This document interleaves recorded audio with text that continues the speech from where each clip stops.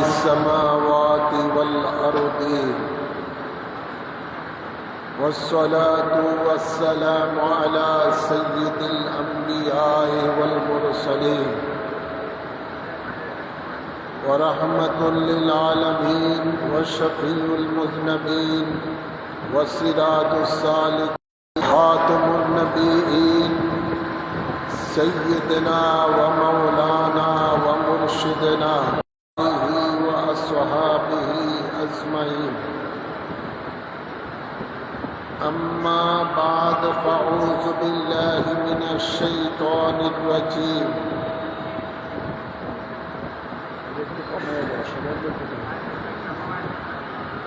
بسم الله الرحمن الرحيم إن الله اشترى من المؤمنين أنفسهم وأموالهم بأن لهم الجنة يقاتلون في سبيله فيقتلون ويقتلون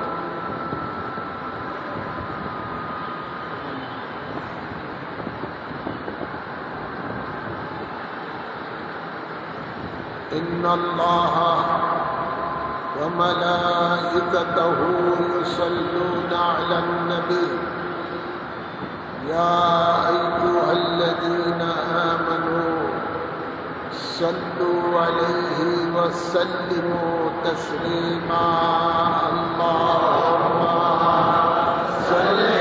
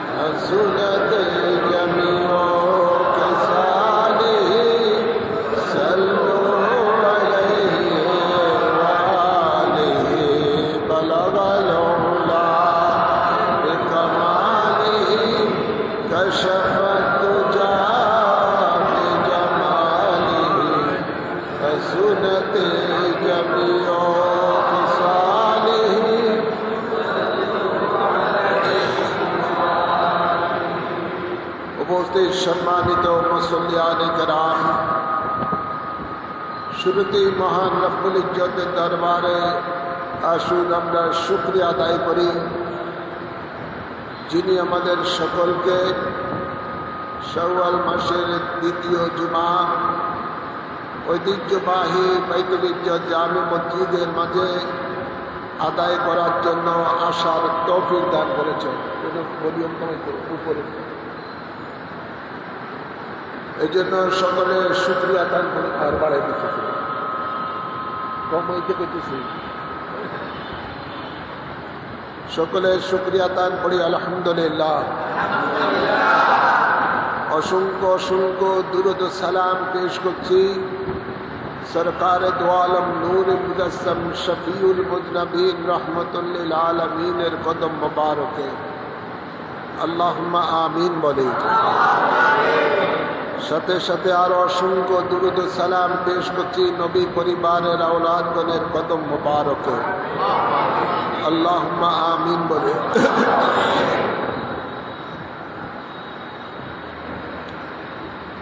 আল্লাহ তাবারক ওয়া তাআলা আমাদের খালেক এবং মালিক,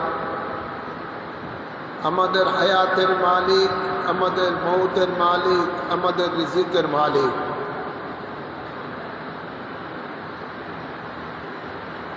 আল্লাহ তাবারক ওয়া তাআলা ৮০,০০০ মখলুকাতের রাজ্জাক। আল্লাহ তাবারক ওয়া তাআলা ইরশাদ করেন আলহামদুলিল্লাহি রাব্বিল আলামিন, সমস্ত প্রশংসা আল্লাহর, যিনি সমগ্র আলমের রব। आलम मलाकुत, आलम जबरूत, आलम नासूत, आलम लाहूत, आलम হাইওয়ানাত, আলমে জামাদাত, আলমে নাবাতাত, আলমে বরজখ, এইভাবে 18,000 আলম। এই 18,000 আলমের মাঝে যত আল্লাহ মখলুক সৃষ্টি করেছেন, 80,000 মখলুক, সকল মখলুকেরই খালেক মালিক রাজ্জাক হলেন আল্লাহ। সকল মখলুকের পালন করতে হলেন আল্লাহ। আল্লাহ তাবারক ওয়া তাআলা যত মখলুক সৃষ্টি করেছেন, এই সমস্ত মখলুকগুলো কিয়ামতের দিবসে আল্লাহ তাবারক ওয়া তাআলা এদের হিসাব নেবেন। নেওয়ার পরে আল্লাহ তাবারক ওয়া তাআলা সবগুলোকে লয় করে দিবেন, মাটি করে দিবেন। একমাত্র মানুষ জাতির মধ্যে আল্লাহ তাবারক ওয়া তাআলা যাদেরকে আশরাফুল মখলুকাত হিসাবে ঘোষণা দিয়েছেন, এই আশরাফুল মখলুকাতের জন্য আল্লাহ তাবারক ওয়া তাআলা অনন্তকাল আখিরাতের মধ্যে রেখেছেন দুইটি স্থান, একটি হলো জান্নাত, আরেকটি হলো জাহান্নাম।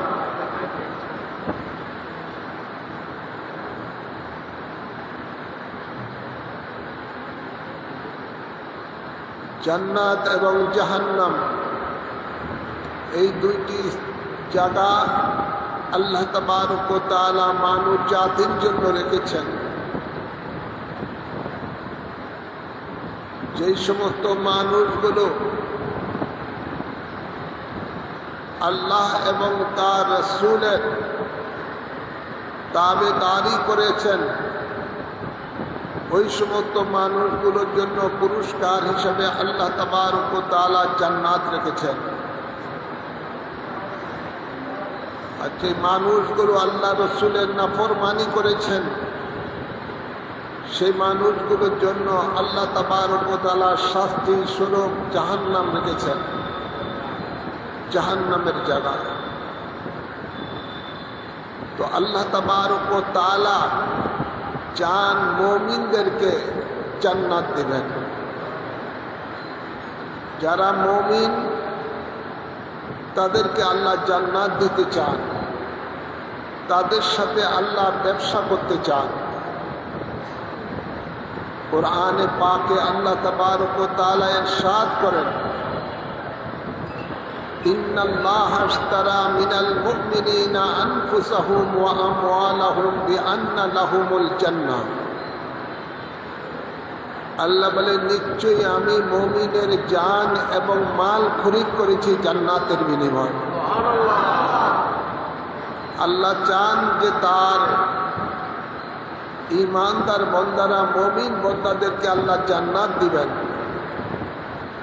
আল্লাহর দেওয়া জান এবং মাল মুমিনকে আল্লাহ দয়া করে এগুলো দিয়েছেন। আল্লাহ দয়া না করলে মুমিনেরা এই নিয়ামত পেত না। আল্লাহ মুমিনদেরকে জান দিয়েছেন, মালও দিয়েছেন। যেহেতু আল্লাহ আমাদের হায়াতের মালিক, আল্লাহ আমাদের রিজিকের মালিক, তিনি আমাদেরকে দয়া করে এগুলো দিয়েছেন। তো আল্লাহ চায় একটা জিনিসের উসিলায় আল্লাহ তাবারক ওয়া তাআলা তাদেরকে জান্নাত দিতে চান। জান মাল পৃথিবীর সমস্ত সম্পদ দিয়ে একটা জান্নাত কেনার ক্ষমতা নাই, কিন্তু আল্লাহ দয়া করে সেগুলো দিতে চান মুমিনদেরকে। যেই মুমিনেরা আল্লাহর দেওয়া জান মালকে ভালোবাসে না আল্লাহর থেকে বেশি, আল্লাহ দেখেন যে মুমিন কি আল্লাহ তাকে এই নিয়ামতগুলো দিয়েছেন, এই নিয়ামত থেকে কি তারা আল্লাহকে বেশি ভালোবাসে না কম ভালোবাসে, এটা মুমিনদের জন্য একটা পরীক্ষা হয়ে যায়। এই জন্য আল্লাহ বলেন, আমি মুমিনের সাথে ব্যবসা করতে চাই। দেখি কোন মুমিনেরা আমার দেওয়া জান মাল আমার কাছে বিক্রি করে। যারা বিক্রি করবে আল্লাহ বলেন তাদেরকে আমি জান্নাত দেব। আল্লাহ ক্রেতা, মুমিন হলেন বিক্রেতা। মধ্যখানে বিনিময় হবে, মুমিন দিবে আল্লাহকে তার জান এবং মাল, এগুলো আল্লাহরই দেওয়া, আবার আল্লাহকে সেগুলো রিটার্ন করবেন, আর আল্লাহ তার বিনিময় দিবেন জান্নাত। কত সুন্দর বেচা কিনা! আল্লাহ ক্রেতা, মুমিন বিক্রেতা।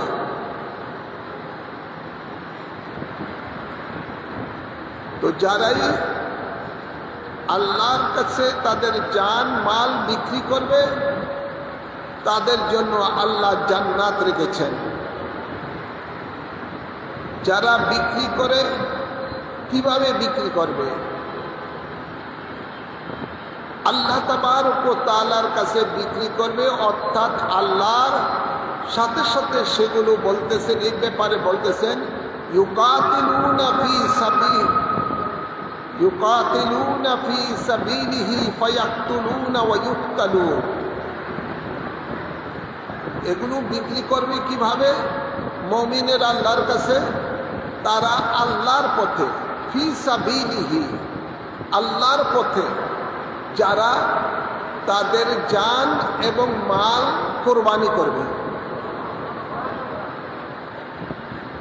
ইউকাতিলুনা ফি সাবিলিহি, যারা আল্লাহর পথে জিহাদ করে।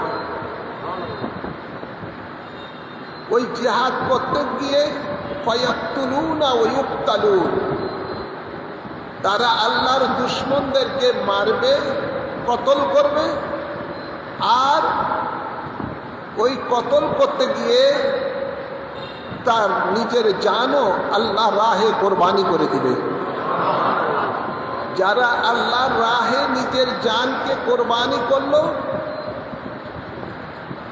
ওই কোরবানিটাই আল্লাহর কাছে তার জান বিক্রি করা হয়ে গেল। আর এই পথে যে মাল খরচ করা হবে, এই কোরবানি দিতে গিয়ে যারা মাল খরচ করবেন, এই মাল খরচ করাটাই হলো আল্লাহর কাছে তার অর্থ বিক্রি করে দেওয়া, অর্থ দিয়ে দেওয়া। তো আল্লাহর দেওয়া জান এবং মাল, যেই মুমিনেরা আল্লাহর দ্বীন কায়েমের জন্য আল্লাহর দুশমনের বিরুদ্ধে লড়াই করে এগুলোকে কোরবানি করবে, আর ওই কোরবানিটাই আল্লাহর সাথে তার মুমিনের ব্যবসা হয়ে গেছে। এই ব্যবসাটা সাধারণ ব্যবসা নয়। অন্য আয়াতে আল্লাহ তাবারক ওয়া তাআলা ইরশাদ করেন, ইয়া আইয়ুহাল্লাযীনা আমানুত্তাকুল্লাহা ওয়াবতাগু ইলাইহিল ওয়াসিলাতা ওয়াজাহিদু ফী সাবিলিহি লাআল্লাকুম তুফলিহুন। এই আয়াতে কারিমার মধ্যে আল্লাহ শেষে বলতেছেন, ওয়াজাহিদু ফী সাবিলিহি, যেই সমস্ত মুমিনেরা আল্লাহর পথে জিহাদ করে, আর ওই জিহাদটাই তার জীবনের সবচেয়ে বড় সফলতা। লাআল্লাকুম তুফলিহুন, এটাই হলো তার জীবনের সবচেয়ে বড় সফলতা। তো আল্লাহর রাহে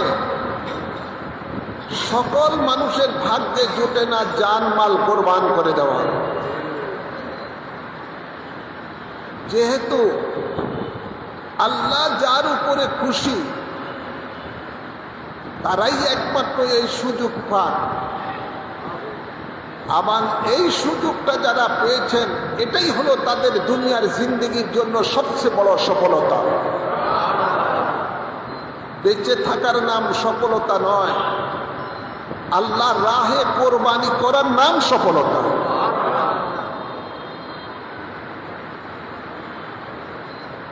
আর যারা আল্লাহর রাহে জান কোরবানি করেছেন, এদের ব্যাপারে আল্লাহ আরো সুসংবাদ দিচ্ছেন, ওয়ালা তাকুলু লিমান ইউকতালু ফী সাবিলিল্লাহি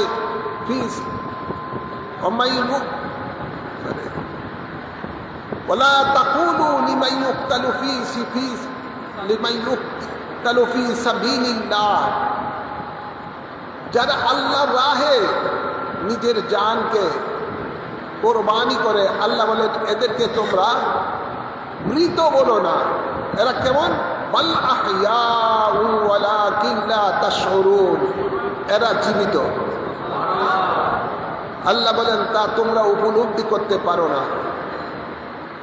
কিছু মানুষ আছে দুনিয়াতে, তার রুহ হায়াত বের হয়ে গেলে তার মরণ হয়ে যায়, তার দেহ পচে পুড়ে শেষ হয়ে যায়। অথচ যারা আল্লাহর রাহে নিজের জানকে কোরবানি করেছেন, আল্লাহর সাথে ব্যবসা করে নিজের জানকে উৎসর্গ করেছেন, আল্লাহ বলেন এরা মরে না, এরা মরে না, এরা অমর, এরা অমর। আল্লাহ তাবারক ওয়া তাআলা এই ব্যক্তিদের, এই সমস্ত ব্যক্তিদের ব্যাপারে আরো বলেন এরা অমর এবং তাদের কবরে আমি আল্লাহ রিজিক দিয়ে রাখি। যারা জিন্দা তাদের জন্য রিজিকের ব্যবস্থা আল্লাহ করে দেন। দুনিয়ার মানুষেরা ভাবে লোকটা মরে গেছে, আসলে এরা মরে না, এরা জিন্দা। এদের কবরে আল্লাহ রিজিক দেন। আল্লাহর নবী রহমতুল্লিল আলামিন জিহাদের, আল্লাহর রাহে জিহাদের অনেক ফজিলত বয়ান করেছেন, যা হাদিসে পাকে উল্লেখ রয়েছে। এই জন্য আল্লাহর হাবিব বলেন, আমার মন চায় আল্লাহর রাহে নিজের জানকে কোরবানি করি, আবার জিন্দা হই, আবার কোরবানি করি, আবার জিন্দা হই। আল্লাহর হাবিব হাবিবের এই আরজি মোতাবেকই আল্লাহ তাবারক ওয়া তাআলা নবীর আশাকে পূরণ করেছেন উহুদের যুদ্ধের মধ্যে। উহুদের যুদ্ধের মধ্যে রাসূল পাক সাল্লাল্লাহু আলাইহি সাল্লামের দান্দান মোবারক শহীদ করেছেন। রাসূল পাকের দান্দান মোবারক ওই যুদ্ধেতে শহীদ হয়েছিল, দাঁত মোবারক শহীদ পড়ে গিয়েছিল তীরের আঘাতে। তা আল্লাহর হাবিবের ইচ্ছা অনুযায়ী এই ওনার মনের আশাকে আল্লাহ পূরণ করেছেন। নবী চানি তিনি আল্লাহর রাহে নিজের জানকে কোরবানি করতে।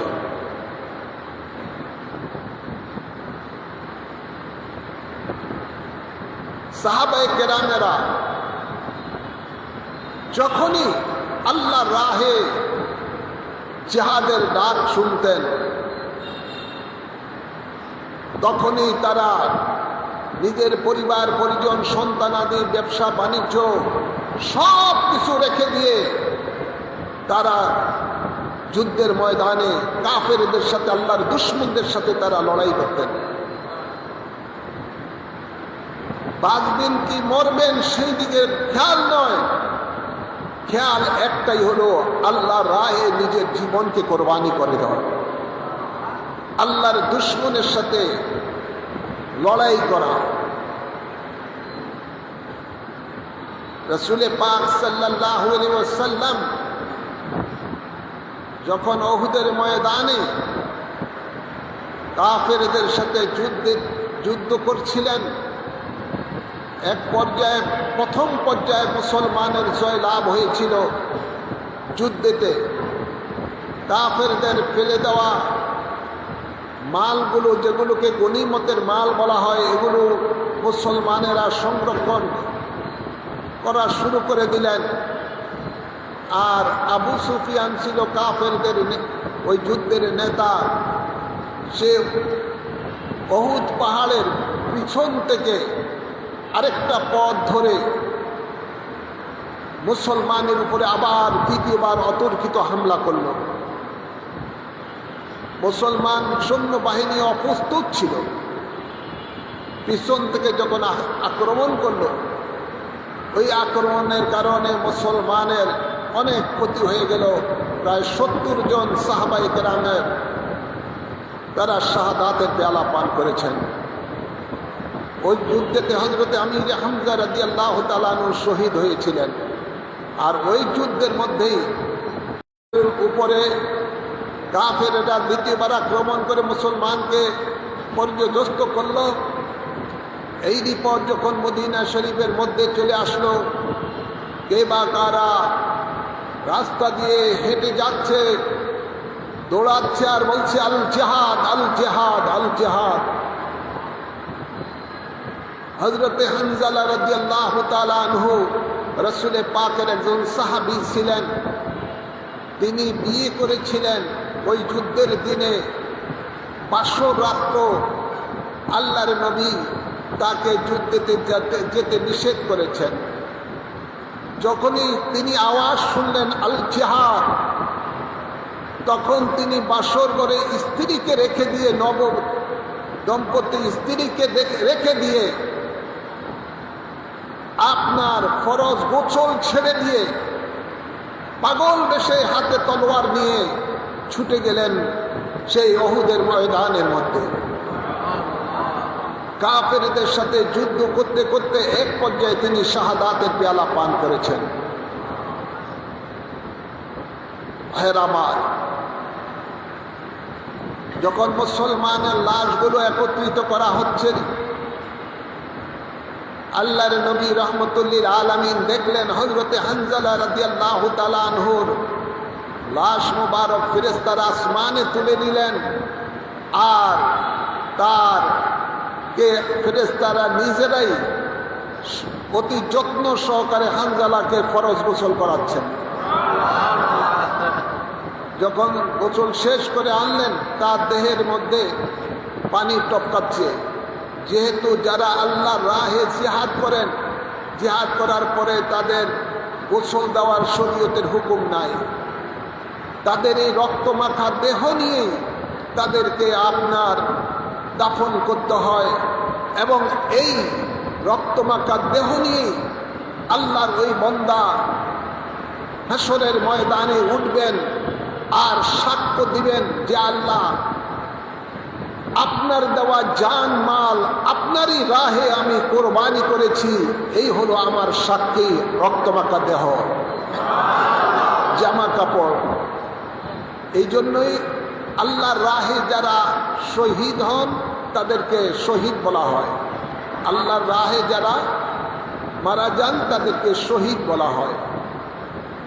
শহীদের অর্থই হলো সাক্ষী, তার রক্তমাখা দেহ নিয়ে আল্লাহর দরবারে সাক্ষী দিবেন।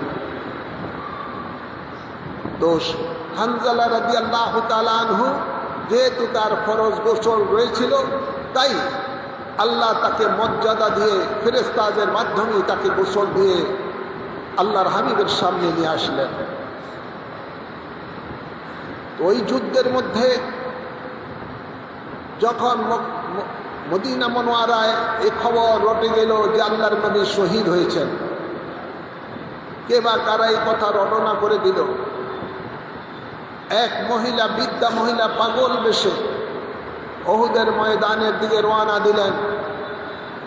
রওনা যখন দিলেন, প্রতিমধ্যে এক কাফেলার সাথে, একদল লোকের সাথে তার দেখা।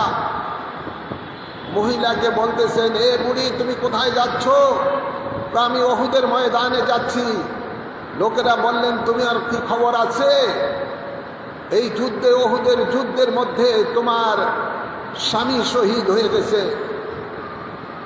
মহিলা বলে উঠলেন, আমার স্বামী শহীদ হয়ে যাক, আমার কোনো দুঃখ নাই, আমার দয়াল নবী কেমন আছে আমি সেটাই জানতে চাই। আবার মহিলার সামনে দিয়ে যাচ্ছেন, আরেক দলের সাথে দেখা। এ বুড়ি তুমি কোথায় যাচ্ছ? কয় উহুদের ময়দানে। কয় তুমি কি খবর পেয়েছো? তোমার বাপ আব্বা শহীদ হয়ে গেছে এই যুদ্ধের মধ্যে। আমার বাপ শহীদ হয়ে যাক, আমার কোনো আফসোস নাই, আমার দয়াল নবী ঠিক আছে কিনা আমি জানতে চাই। মহিলা কাঁদতে কাঁদতে আবার কিছু দূর গেলেন। যাওয়ার পরে আরেক দলের সাথে দেখা। তারা বলতেছেন, এ বুড়ি মা তুমি কোথায় যাচ্ছ? তোমার কি খবর আছে? এই যুদ্ধের মধ্যে তোমার সন্তান শহীদ হয়ে গেছে। মহিলা বলেন, আমার সন্তান শহীদ হয়ে যাক, আমার কোনো আফসোস নাই, আমার দয়াল নবী ঠিক আছে কিনা আমি জানতে চাই। এভাবে মহিলা পাগল বেশে দৌড়তে দৌড়তে সেই উহুদের ময়দানে যখন পৌঁছলেন, আল্লাহর নবী ও মহিলাকে দূর থেকে দেখলেন। উপস্থিত সাহাবায়ে কেরামদেরকে আল্লাহর নবী বলতেছেন, এই মহিলা যদি আজ আমাকে জিজ্ঞাসা করে, ইয়া রাসূলুল্লাহ, আমার ভাই কোথায়, আমার সন্তান কোথায়, আমার বাপ কোথায়, আমি কি জবাব দেবো? সকলেই তো শহীদ হয়ে গেছে। মহিলা কিছুক্ষণের মধ্যেই রসুলের পাকের কদম মোবারকে লুটিয়ে পড়লেন। আর মহিলার একটাই কথা, ইয়া রাসূলুল্লাহ, ইয়া হাবিবাল্লাহ, আমার বাপ, আমার ভাই, আমার সন্তান শহীদ হয়ে গেছে, আমার কোনো আফসোস নাই, আমার কোনো দুঃখ নাই। আমি সবচেয়ে বড় খুশি, আজকে আপনাকে আমি অক্ষত দেখতে পাই, আপনি যে জিন্দা আছেন এটাই আমি খুশি। এই ছিল সাহাবায়ে কেরামদের রসুল প্রেম, রসুলের পাকের প্রেম, ভালোবাসা। জান মাল সব কিছু উৎসর্গ করে দেয় রসুলের পাকের প্রেমের মধ্যে, ভালোবাসায়। ভাইয়েরা আমার, যারা আল্লাহর রাহে জিহাদ করে শহীদ হন, এদের জানটা স্বয়ং আল্লাহ কুদরতি হাতে নিয়ে যান। সকল মানুষের, দুনিয়ার মানুষের রূহ কবজ করে মালাকুল মউত, কিন্তু আল্লাহর রাহে যারা শহীদ হন তাদের এত মর্যাদা যে আল্লাহ কুদরতি হাতে স্বয়ং তার রূহটা নিয়ে যান জান্নাতে দেন। যে ব্যক্তিটা শহীদ হয় আল্লাহর রাহে, তার দেহে রক্তের ফোঁটা জমিনে পড়ার পূর্বেই তার জীবনটা সম্পূর্ণরূপে নিষ্পাপ হয়ে যায়। তার জীবনে কোনো আর গুনাহ থাকে না, নিষ্পাপ হয়ে যায়। সকল মানুষের হিসাব কিতাব হবে কিয়ামতের দিবসে, কিন্তু বিনা হিসাবে আল্লাহ তাদেরকে জান্নাতে পাঠিয়ে দিবেন যারা আল্লাহর রাহে নিজের জানকে কোরবানি করেছেন।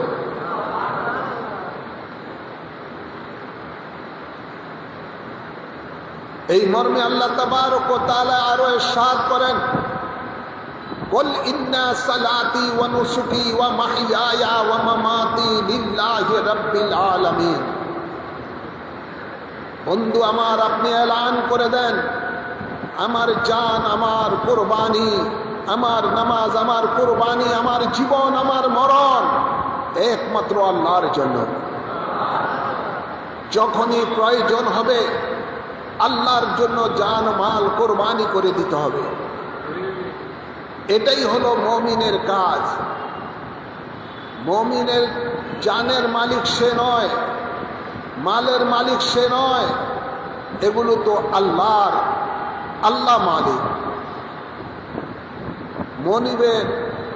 মুমিনের তো মনিব হলো আল্লাহ। মনিব যখনই চাবে গোলাম তখনই সেটা উৎসর্গ করে দিবে। এটাই হলো গোলামের কাজ। যখন একজন মানুষ ইকরার বিল লিসান, তাসদীক বিল জিনান, আমল বিল আরকান, জবানে উচ্চারণ করবে,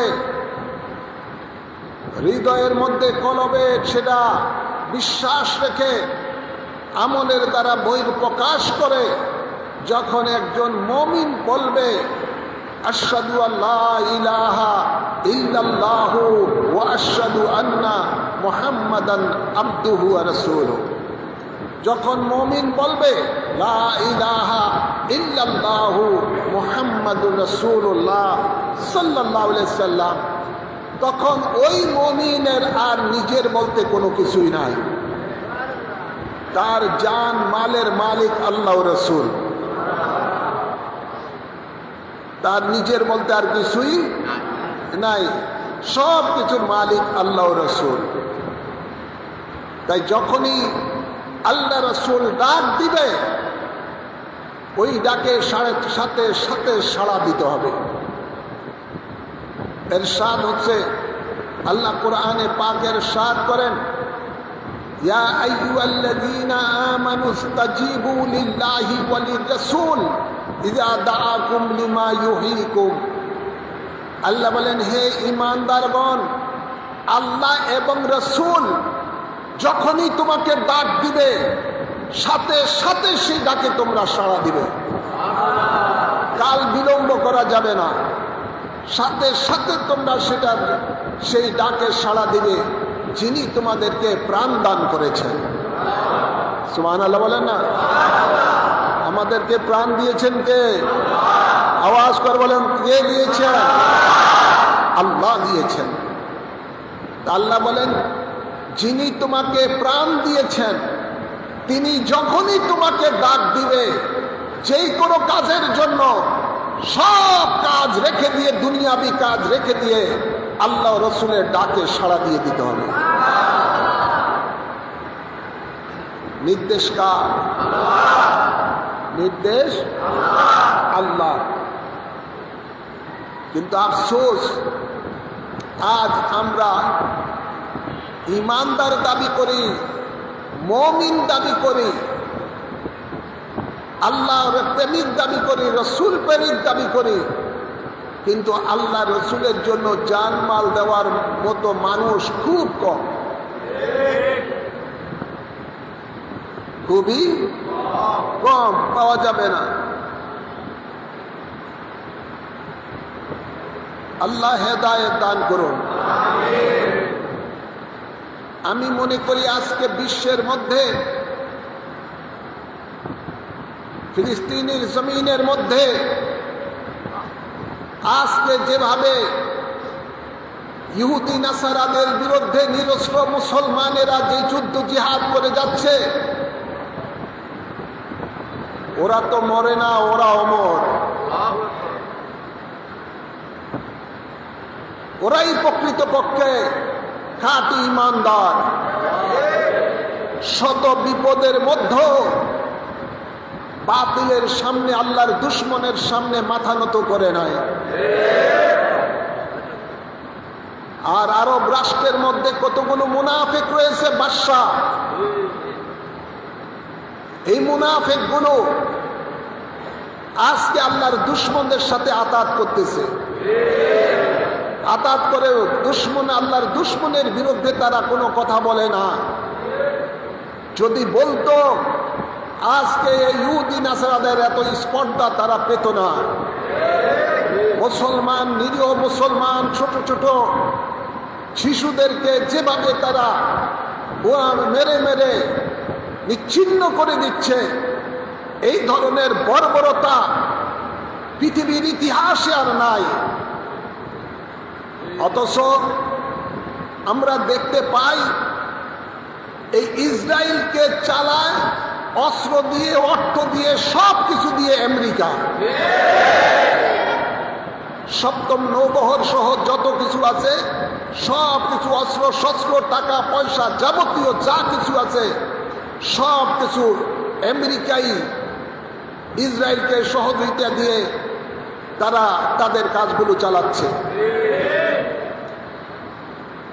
গাজা এলাকা সহ আরো বিভিন্ন তো ধ্বংস করেছে। এবার সাথে সাথে লেবাননের উপরও আক্রমণ, ইয়ামনের উপরও আক্রমণ তাদের চলছে। এদের মিশন হলো মুসলমানদেরকে পৃথিবী থেকে নিচ্ছিন্ন করে দেওয়া। অথচ আরব রাষ্ট্রগুলো মদ এবং নারী নিয়ে, জুয়া নিয়ে তারা ব্যস্ত। ইহুদিদেরকে বিভিন্নভাবে অর্থ দিয়ে তারা তাদেরকে সহযোগিতা করছে।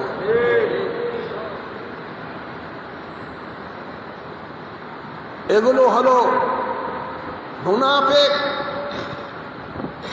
এই মুনাফিকের গোষ্ঠীরাই ইসলামের মধ্যে বিভিন্ন ফিতনা ফাসাদ সৃষ্টি করে দিয়ে, নতুন নতুন ইজম সৃষ্টি করে দিয়ে মুসলমানের একদিকে ঈমানকে ধ্বংস করছে, অন্যদিকে মুসলমানকে ইহুদিদের হাতে তারা মার খাওয়াচ্ছে।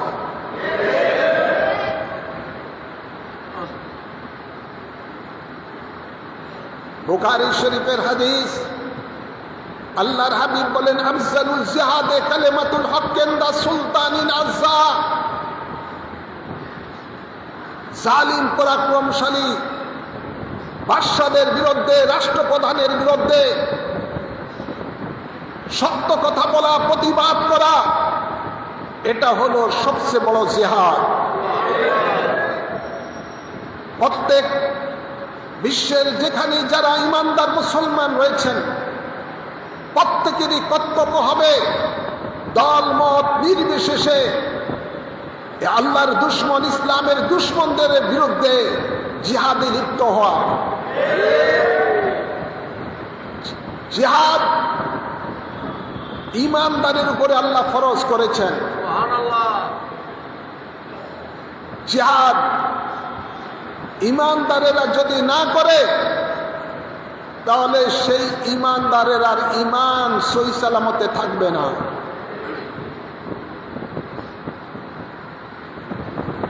যেই দিন থেকে মুসলমান আল্লাহর দুশমনের বিরুদ্ধে জিহাদ করা বন্ধ করে দিয়েছে, সেই দিন থেকেই মুসলমানের ঈমান, আমল সব কিছু আস্তে আস্তে ধ্বংসের পথে যাচ্ছে।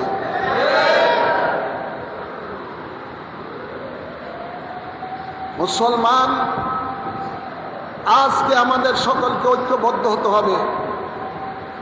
আমরা দেখতে পাই কারা আমেরিকার চাটুকার, কারা ইহুদিদের চাটুকার। আজকে তাদের দোসরকে আমরা বাংলাদেশের মধ্যে দেখতে পাই। আছে না নাই?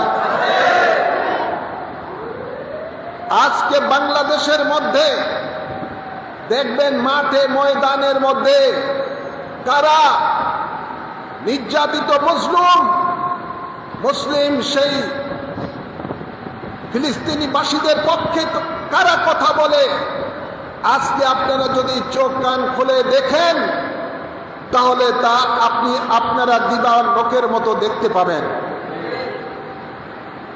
এদেশের মধ্যে কারা আমেরিকার দোসর, কারা ইসরায়েলের দোসর, এদের চেহারা বর্তমানে বাংলাদেশে দেখা যায়। আমাদের ঘরেই এই মুনাফিকের গোষ্ঠী রয়েছে।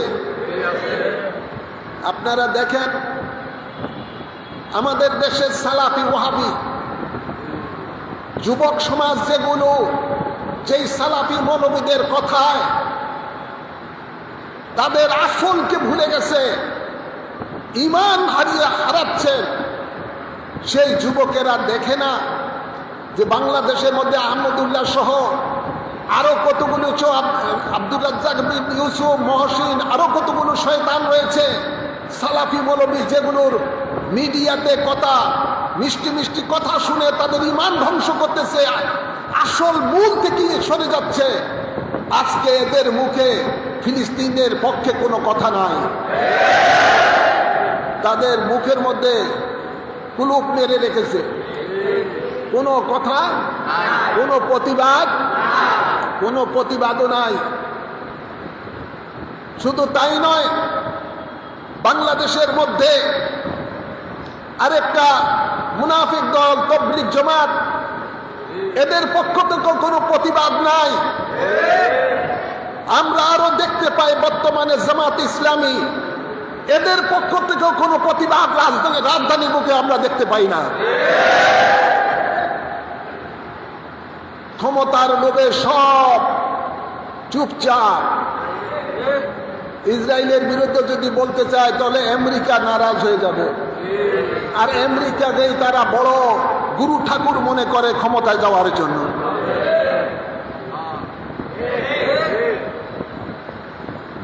আমরা অতীতে দেখেছি অন্তর্বর্তীকালীন সরকারের প্রধান ডক্টর ইউনূস 100 কোটি টাকা ইসরায়েলকে দিয়েছেন, 100 কোটি টাকা ইসরায়েলকে দিয়েছেন। উনি কি চোখে দেখে না? মুখে বললে হবে না। উনি কি চোখে দেখে না? আজকে ফিলিস্তিনবাসীরা, ছোট ছোট বাচ্চারা ঔষধের অভাবে মারা যাচ্ছে, চিকিৎসার অভাবে মারা যাচ্ছে, খাদ্যের অভাবে মারা যাচ্ছে।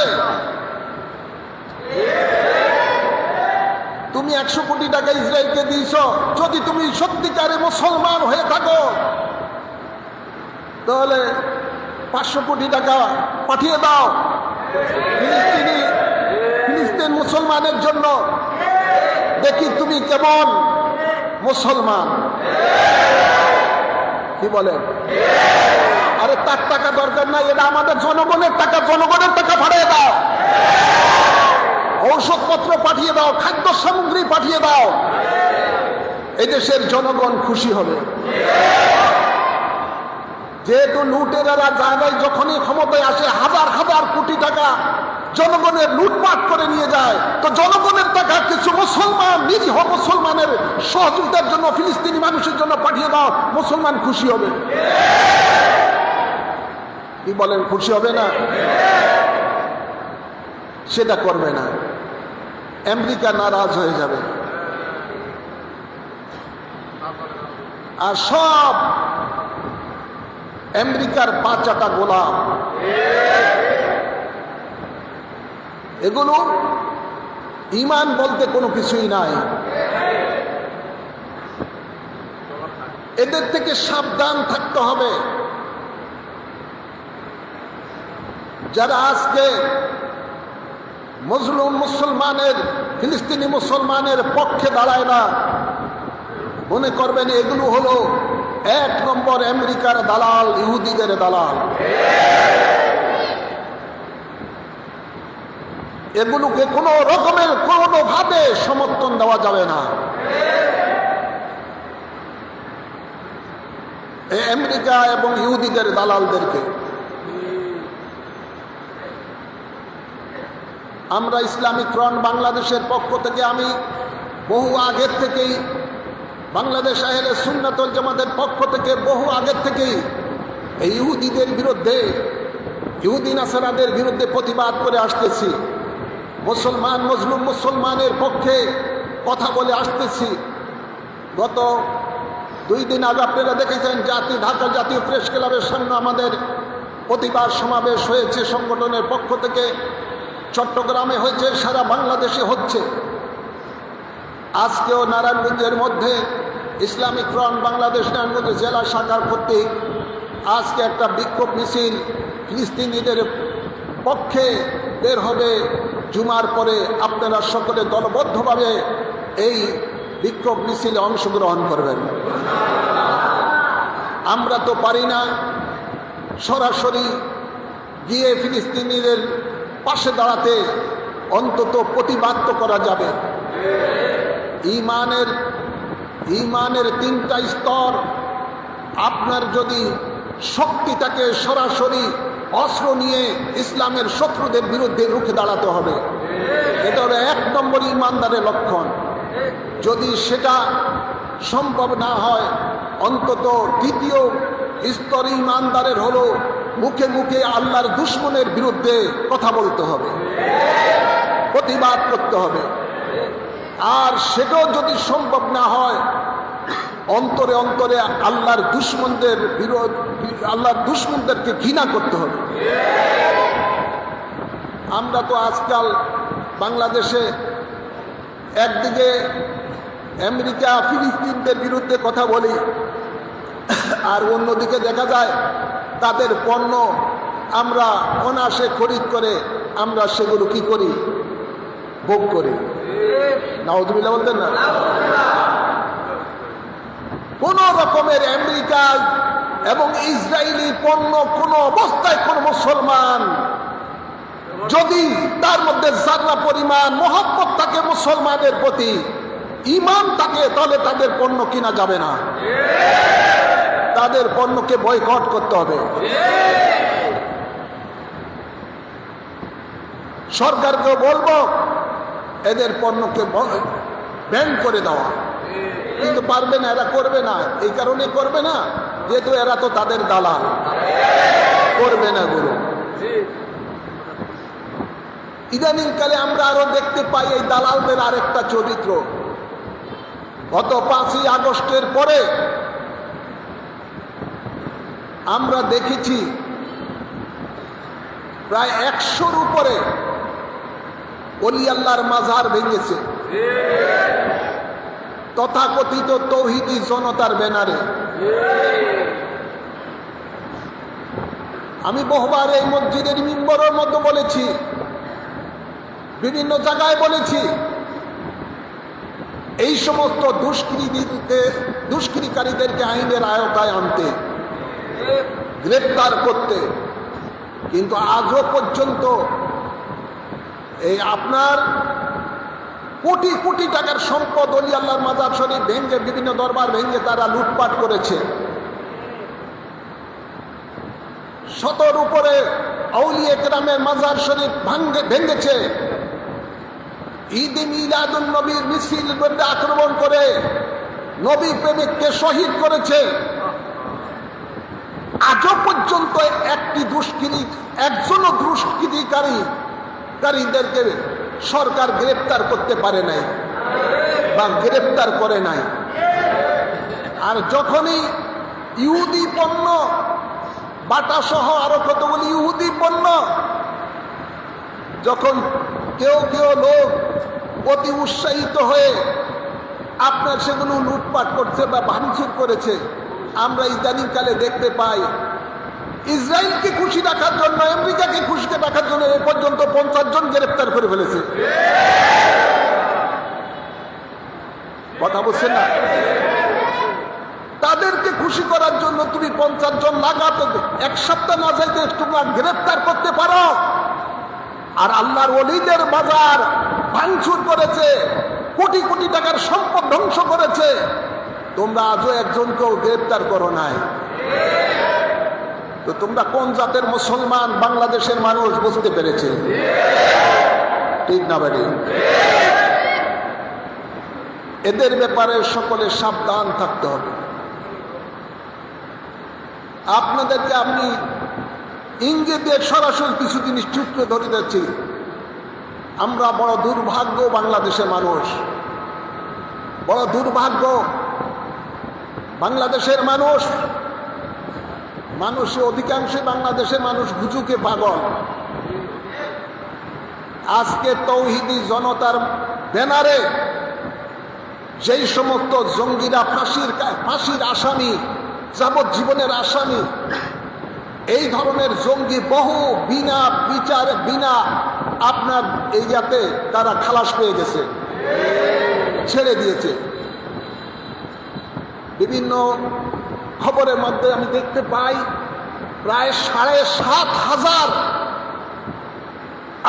আধুনিক অস্ত্র লুটপাট হয়েছে। এর মধ্যে মেশিন গান সহ আপনার বিভিন্ন অত্যাধুনিক অস্ত্র ৭,৫০০ লুট হয়েছে ৪০০ থানা থেকে।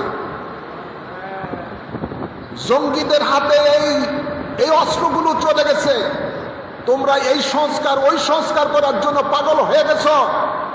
দেশকে শান্তি দিতে হলে, দেশের মানুষকে শান্তি দিতে হলে আগে দরকার এই ৭,৫০০ অস্ত্র উদ্ধার করা।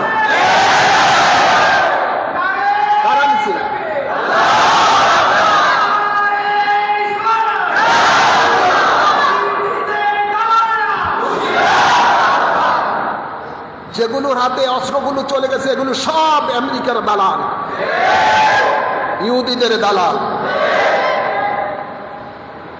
এই অস্ত্রগুলো এতগুলি অস্ত্র বাইরে হয়ে গেছে, আজ পর্যন্ত কোনো রকমের এগুলো অস্ত্র উদ্ধার করার কোনো ব্যবস্থা নেওয়া হয় না। এখন এই বাংলাদেশের মানুষ তো তার জানের নিরাপত্তা নাই, মালের নিরাপত্তা নাই, মা বোনের ইজ্জতের নিরাপত্তা নাই, নাই বলতে কিছুই নাই। কিসের সংস্কার? সব সংস্কার বাদ দিয়ে আগে দেশকে শান্তি করার জন্য জঙ্গিদের থেকে অস্ত্র উদ্ধার করো। আজ যেই সমস্ত জঙ্গি বের হয়েছে এগুলোকে সব অ্যারেস্ট করার ব্যবস্থা করো, তাহলে দেশের মানুষ শান্তিতে থাকবে। এখন দেশের মানুষ শান্তিতে নাই। আল্লাহ বাংলাদেশের জনগণের জান ও মাল হেফাজত করুন। আমিন বলেন, আমিন বলেন। আমি সরকারকে বলবো অবিলম্বে যৌথ বাহিনী দিয়ে, নতুন একটা নাম দিয়ে আপনারা একটা টিম তৈরি করুন, চিরুনি অভিযান দিয়ে এই সমস্ত অস্ত্রগুলো উদ্ধার করুন। আর যেই সমস্ত ক্রিমিনালগুলো বের হয়েছে এই ক্রিমিনালগুলোকে অ্যারেস্ট করে তাদেরকে জেলের মধ্যে ঢুকানোর ব্যবস্থা করেন। নাহলে এই দেশের আল্লাহর ওলিদের মাজার নিরাপদ থাকবে না, মানুষের জান মাল নিরাপদ থাকবে না, সব অনিরাপদ হয়ে যাবে। আমরা এখন তো ইসরায়েলের বিরুদ্ধে কথা বলি, কিন্তু ইসরায়েলের দালালেরা যেন আধুনিক অস্ত্র নিয়ে তারা আমাদের বিরুদ্ধে অস্ত্র না ধরবে, এটার কি গ্যারান্টি আছে? ইসরায়েলের তো দালাল আমাদের ঘরেই, আমাদের আশেপাশে ঘুরতেছে, ইহুদিদের দালাল। আল্লাহ এই দেশকে হেফাজত করুন। আমিন বলেন, আমিন বলেন। আমার আজকের আলোচনা মূল বিষয় এটাই হলো, আমাদেরকে সদা সর্বদা প্রস্তুত থাকতে হবে। ইসলামের দুশ্মন, আল্লাহর দুশ্মন, রসুলের পাকের দুশ্মন, মানবতার দুশ্মনের বিরুদ্ধে আমাদেরকে রুখে দাঁড়াতে হবে। আল্লাহ বলেন ঈমানদারকে লক্ষ্য করে, ইন্নাল্লাহ আশতারা মিনাল মুমিনিনা আনফুসাহুম ওয়া আমওয়ালাহুম বিআন্না লাহুমুল জান্নাহ ইউকাতিলুনা ফি সাবিলিহি ফায়াকতুলুনা ওয়া ইউকতালুন। আমাদের জান মাল আল্লাহ খরিদ করেছেন জান্নাতের বিনিময়ে।